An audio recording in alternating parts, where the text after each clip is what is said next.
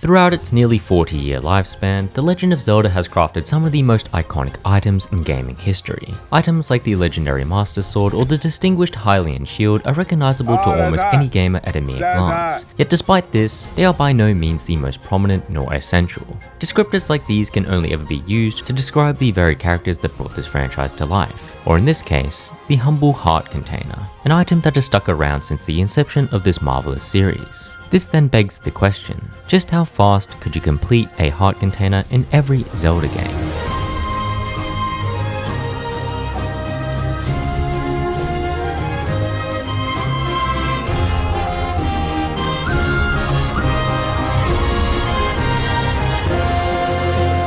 Now, as you can imagine, our adventures take us back to 1986, when Nintendo introduced us to the world of Hyrule. In an ecosystem where every second game seems to come with an open world, it's astonishing to know that a game that came out before most of us were even born also managed to craft such a vast world in which we are completely free to explore. And because of this, finding our first heart container is almost too easy. After picking up our sword in the old man's cave, we make our way east a few screens where we come across a screen full of moblins and octoroks. It's here where we need to break out our knee pads, as we'll be down on them praying to the RNG gods for one of these suckers to drop us some bombs.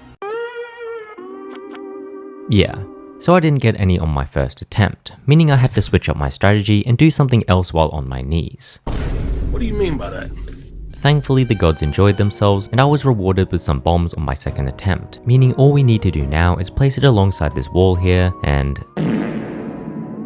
So on my third attempt, I got the bombs, blew up this wall with ease, and finally claimed my first heart container in just under 1 minute. Now, all things considered, this is a godly time, and I knew for a fact that there's almost no chance another game could beat it. There was maybe one game that stood a chance, and ironically enough, it was the very next game to follow.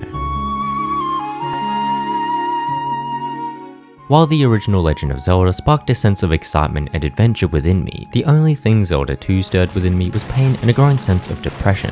Luckily for us, or in my case my mental state, we won't have to spend too much time here either. After leaving the North Palace, we make our way east into this small cave here. Along the way, I made sure not to run into any enemy encounters. Ah, shit. As I was saying, it's important that we don't run into any enemy. Ah, for fuck's sake. I eventually stopped being shit and made my way into the cave at record pace. I took a strategic hit from this sneaky fucker before arriving at the Parappa Desert. You may notice a narrow path down south, which is where we need to head next. This pathway opens up into a 2D section that houses one of Link's worst fears, bubbles. What, are you fucking kidding me? Having survived arguably the hardest section in the entire game, we dash towards this little patch of grass between the trees which...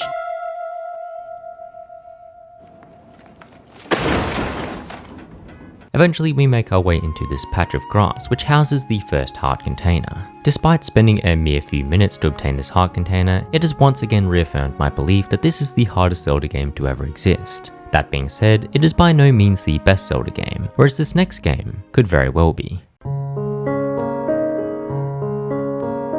Now, so far we've just been collecting heart containers as fast as possible, but the astute amongst you may have noticed that I titled this video "How fast can you complete a heart container in every Zelda game?" and I worded it that way for a very specific reason. See, A Link to the Past was the first Zelda game to introduce heart pieces, items that when combined together complete a heart container. The number of heart pieces required to complete a full heart container varies from game to game, but in A Link to the Past we need 4. So with that in mind, we wake from the continuous nightmare that is Zelda 2 and make our way over to Hyrule Castle. We don't say a word to our dying father and instead steal his sword as we'll need it to free up our longtime crush. With Zelda following us, we need to prove to her that we're the only knight she needs. And here I thought I'd just split through all of these games on my first attempt. After taking a more thoughtful approach, we end up at the Sanctuary, which awkwardly enough also contains the first heart container of the game. Now, because of the rules that I made up, this one doesn't technically count. Knowing this, I was quickly chased up into the Lost Woods where a suspicious group of bushes lay waiting. These bushes hide a hole that when fallen into leads to our first heart piece. From here, we make our way back on over to Kakariko Village where we once again partake in some free-falling. This well leads us into another cave that hides another heart piece behind this bummable wall. Our next stop is at this camouflaged house, where we once again have to tap into our sixth sense and know that we have to blow up this wall to reveal our third heart piece. Finally, we make our way south where we once again blow the shit out of a wall to access a small minigame. The minigame is rather simple and acts like a small maze. If we're able to meet old mate down at the bottom left, he'll reward us with our final heart piece. At just under 15 minutes, it takes a significantly longer time to complete a heart container in A Link to the Past when compared to its predecessors. But as we'll come to see, this is still relatively quick in the grand scheme of things. Now, the Link's Awakening games are rather interesting with regards to this challenge. Whereas the original game featured a whopping 12 heart pieces throughout its entirety, the Switch remake adds an additional 20, meaning the process to completing a heart container is somewhat different. Because of this, I decided to separate them into their own runs, although as we'll see in the Switch remake, a lot of it will be fairly similar. Well, duh. That being said, after waking up in Marin's house, we threaten Taran into giving back our shield, before making our way on over to Toronbo Shores. We're interrupted by an owl before picking up our sword. With sword in hand, it's time to venture over to the mysterious forest. On our way, we once again clench our butthole as we free fall into yet another well. For whatever reason, people seem to love leaving heart pieces down at the bottom of these. With one heart piece to our name, we navigate through the mysterious forest, solving puzzles as we go.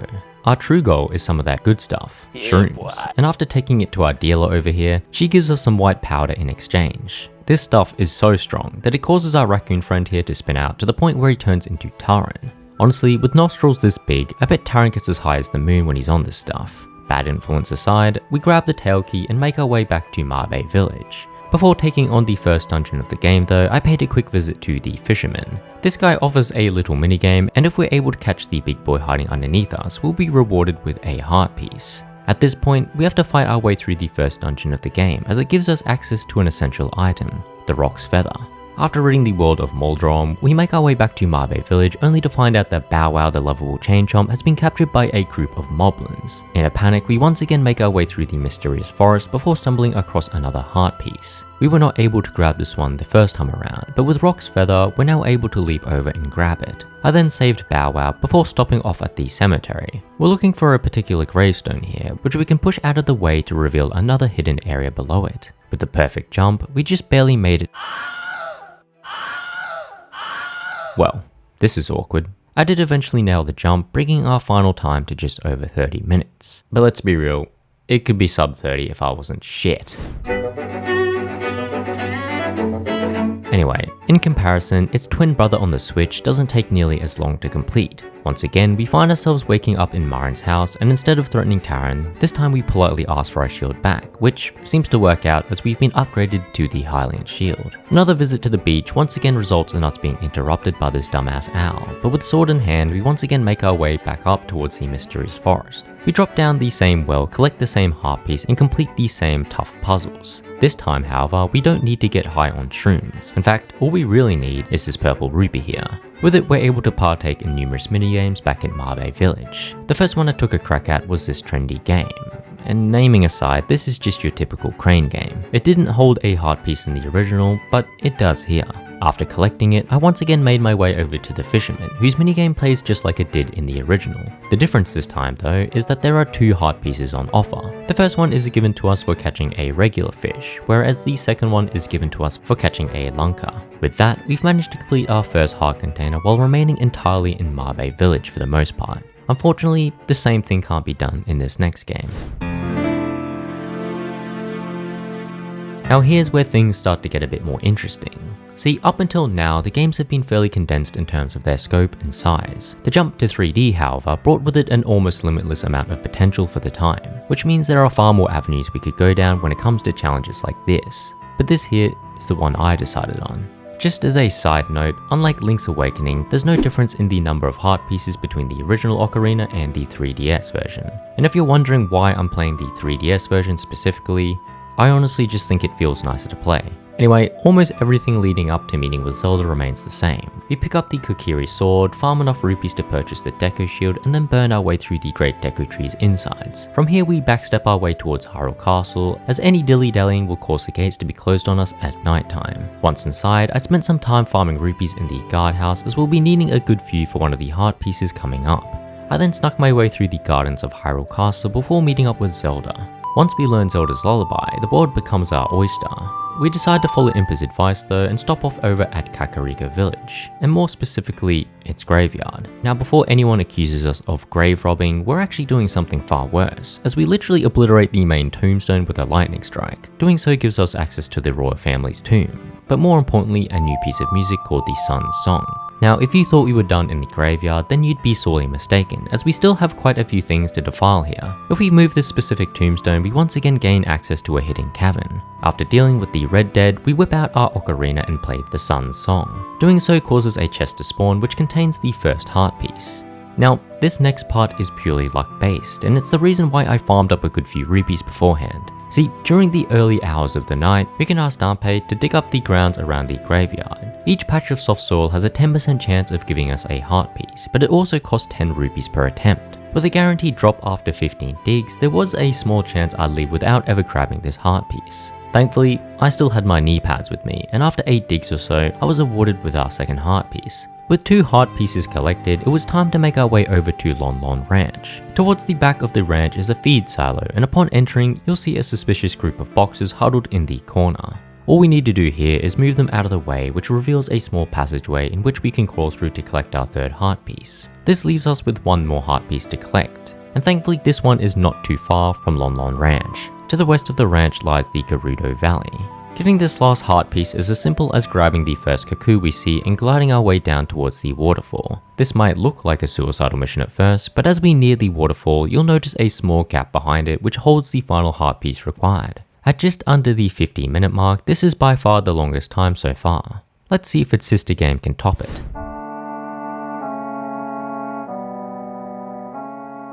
In a similar sense to Ocarina of Time, we first have to complete the introductory 3-day cycle. This sees us being turned into a Deku scrub, playing hide and seek with a bunch of amateurs, as well as getting a full-on view of the Skull Kid's cheeks. Unfortunately, we can't collect any heart pieces at this stage, so I spent a lot of time dancing with our scarecrow friend here to speed up our impending doom. Doing so takes us to the night of the final day, where all we can do is collect our first heart piece and wait for midnight to strike. You could pass the time by looking up at the entity which haunted my adolescent years, but I mean, that's just stupid. Who'd actually do that? Anyway, we end up slapping the Skull Kid with a titanium bubble and reverting time with the Song of Time. Now that we're on our second 3-day cycle, there's a lot more we can get achieved. The first thing I did was head on over to North Clocktown, as we're able to finally reach this heart piece in the tree. Just as a warning, be careful of the camera angles here. It's the biggest piece of dog shit. From memory, there's a good 6 or so heart pieces we can get at this point. Maybe even more, and in hindsight I'd probably do things a bit differently, but for this run I made my way back up to the observatory as I wanted to grab another moon tier. I then paid another visit to the scarecrow as I needed it to be nighttime. I then quickly traded in the moon tier once again to get the title deed, as we'll be needing this soon. I then made my way over to East Clocktown where I used the Deku flower to sneak into the Stockpot Inn. See, there's a hand here that comes out in the latrine should it be past midnight, and after giving it some paper, they'll scoop up a random heart piece that had apparently fallen down there. From here, I joined forces with this stranger before playing the Song of Healing. He gives us his mask as a result, and with it we can go back to West Clocktown and show our moves to the Rosa sisters. Apparently our dance moves are so slick that they not only pledge their undying loyalty to us, but they also give us the final heart piece that we need. Now, in hindsight, there's an even faster heart piece that we could get. There's a swordsman's school right here in West Clocktown that has a small minigame where you can slice up a whole bunch of logs for a piece of heart. It's definitely faster than grabbing Kamaro's mask and doing this dance, but I honestly just completely forgot about it this time around. Either way, at just over 45 minutes, it still managed to beat out Ocarina of Time. We've arrived at the first duo of underrated games. Just like Link's Awakening, both of these games feature 12 heart pieces, meaning we've got our work cut out for us. Oracle of Seasons in particular has quite a few things we need to do in order to complete our first heart container. The game begins with us failing to protect Din as she's locked up in some distant castle by Onox. Now, I've said this before and I'll say it again. She is fucking cooked. We're not going to save her, as we have better things to do. The things in question see us grabbing a wooden sword from the hero's cave, mashing our way through the Maku tree's long ass dialogue, and then dominating the first dungeon of the game. By this point, I had collected a total of 0 heart pieces, and because these dungeon heart containers don't count, I had to continue on. Thankfully, we can use the ember seeds that we picked up to burn this tree, giving us access to our first heart piece. From here, we take a page out of Joe Goldberg's book as we stalk this mysterious figure into Sub Rosia. We'll be visiting this place on multiple occasions, but for now, all we're interested in is the Rod of Seasons. With it, we now have the ability to change the seasons whenever we wish, and with it, we're able to gain access to the second dungeon of the game. Now at this point, I'd still only obtained one heart piece, and to my dismay, it didn't seem like conquering this dungeon would change that. Regardless, having partook in our daily dose of animal cruelty, I decided to change the season back to winter, as I much prefer freezing my ass off. In reality, I did this because it grants us access to 2 more heart pieces. The first one sees us crossing this heap of snow to access a cave with a heart piece at the back of it, while the other one has us crossing over some frozen water. The final heart piece requires us to jump around in Ricky's pouch as we once again find ourselves in Sub Rosia. Unfortunately, this final heart piece isn't free, and instead we have to do some digging outside to farm the 20 ore chunks we'll need to finally purchase this rare peach stone, as this guy likes to call it. To my surprise, this was the first game to breach the 1 hour mark, and it most definitely won't be the last. Now, unlike its brother, Oracle of Ages didn't take nearly as long to complete. What did remain consistent though was our inability to protect anyone as Nehru gets possessed by Riran, who bolts off back into the past. Now, as concerning as that is, I couldn't care less, as we once again have more pressing matters. That being said, I too warped back in time before stumbling across our first heart piece down at the Black Tower. Annoyingly, we can't reach this heart piece just yet, and instead have to harass this poor construction worker into giving us a shovel. With a shovel in hand, we dig up the dirt and grab our first heart piece. I then made my way back into Maku Road in an attempt to save the young Maku tree. While doing so, I stumbled across my second heart piece, which was locked behind an incredibly difficult puzzle. Having saved the young Maku tree, we delve into the first dungeon of the game. This dungeon might not contain any heart pieces, but it does contain the power bracelet, which gives us the ability to lift this massive boulder blocking our third heart piece in the cemetery. The last one requires us to play hide and seek with some fairies, absolutely obliterate a cultural site, and then rummage through Nehru's belongings before stealing her Harp of Ages. With our lotto numbers memorized, we travel back in time only to get lost in the Deku Forest. Thankfully, this is exactly where I needed to be, and after burning this lone shrub, I was able to stumble across our final heart piece. I just want to say, congratulations, you've somehow survived my waffling so far and have made it to the best Zelda game to ever exist. Our adventures begin on Outset Island. Now, apart from the usual heroics of Link, there's not too much that needs to be done here. I did make sure to collect the orange rupee underneath our house, as we'll be needing quite a few of these later on. Apart from that though, we learned some sword skills, saved Tetra, and eventually set sail. Now, after surviving what in my mind is a blatant murder attempt, we sneak our way through the Forsaken Fortress, making sure to step on the switch. This causes a chest to spawn which holds our first heart piece. Unfortunately, this is the only heart piece available here. Fortunately though, we don't have to stay here for long, as moments later, our heartfelt reunion is interrupted by Birdbutt here as he flings us across the galaxy. We awake to find ourselves in the company of the King of Red Lions, who lets us know we're stopped at Windfall Island, which is perfect, as there's a good few heart pieces to collect here. Before any of that though, I purchased the sail as we'll be needing it to reach our final heart piece. From here, I made my way over to this group of kids known as the Killer Bees, and just like the secret society in Majora's Mask, we're once again roped into playing a game of hide and seek. All things considered, this group at least puts up a fight as they actually run away from you the moment you spot them. After catching all 4 of them, we're rewarded with our second heart piece, and coincidentally, we spawned right outside another building which houses Salvatore and his rip-off version of battleships. The concept and goal is exactly the same, but we're only given 24 cannonballs to sink all 3 of his ships. And given my luck, I was glad that I farmed up some rupees. God, it's actually kind of embarrassing how many times I failed this minigame. I could really use those knee pads about now. But alas, I eventually got lucky, and as a reward, we got our third heart piece. This is the final heart piece we can get here, meaning it was time to finally set sail for Dragon Roost Island. The thing is, we'll never actually reach Dragon Roost Island, as you may notice a small island known as Paw Print Isle along the way.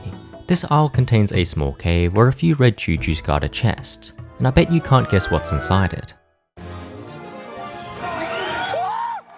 What? Honestly, for a world as vast as Wind Waker's, I was surprised at just how quick we were able to round up a set of heart pieces. It was almost as if we were using the most comprehensive and advanced timekeeping software available. Oh, Tracking times for stupid challenges like these are one thing, but it can get pretty messy when you're dealing with multiple employees and projects all at once. And that's where today's sponsor comes in, Odoo Timesheets. With its inbuilt timer, logging working hours has never been easier, especially when you can get all crafty with its keyboard shortcuts. These times get tracked and placed within a comprehensive timesheet, allowing for quick edits as well as instantaneous validation. Pair this with expeditious invoicing and full project app integration, and dare I say, Odoo Timesheets comes across as a wonder app capable of slaying even the most devious of problems. Not only that, but it's completely free to use as your first app, so there's no risk in trying it out for yourself first. Ironically enough, when it comes to tracking hours, the last thing you want to be doing is wasting more. So what are you waiting for? Click the link in the description to get started. I can guarantee you'll have nothing but a hearty experience. Speaking of which, I think it's high time we got back to tracking some hearts down. The Minish Cap had the potential of being the fastest out of the whole bunch. See, after following Zelda to the Bakori festival, she's given the choice of 3 items. One of them in particular is literally glowing. It's sparkling, it's like begging to be picked. And what does Zelda do? She chooses the little shitty shield. Fuck me. Now, as disappointing as this is, at least we're able to use it to deflect this scrub's nuts back at him. Unfortunately, that's about all we can deflect, as barely 2 minutes later we attempt the same brave feat just to get absolutely humbled. With Zelda set to stone, it was once again up to us to save the day. Yeah, we're not saving the day this time. What we will do, however, is make our way towards the Minish Woods, where we ignore some cries for help and instead grab our first heart piece. I did eventually help out Eslo, and with him on our side, we're able to shrink down and enter the Minish village. Here we collect our second heart piece before entering the first dungeon of the game. Now, unlike the large majority of the dungeons we've entered so far, Deepwood Shrine contains numerous heart pieces, the first of which can be found behind a spiderweb following our fight with the dungeon's mini-boss. The fourth and final heart piece is stuck up on a ledge that can only be reached through a portal. And to activate this portal, we first need to reveal the hidden switch before backtracking to the start of the dungeon where we can finally use it and claim our prize.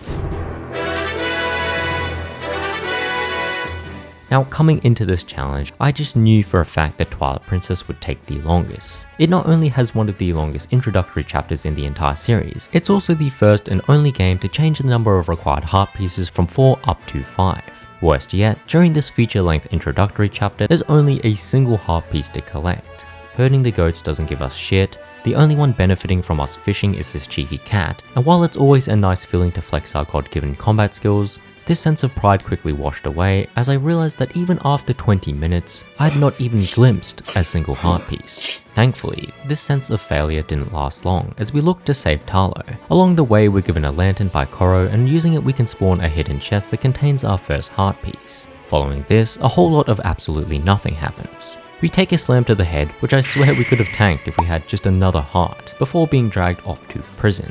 As I'm sure you know, nothing good happens in prison, so there's no chance we'll be finding any heart pieces here either. In fact, we don't see another heart piece until the very first dungeon of the game, with this one in particular being guarded by a rather starved Deku-like.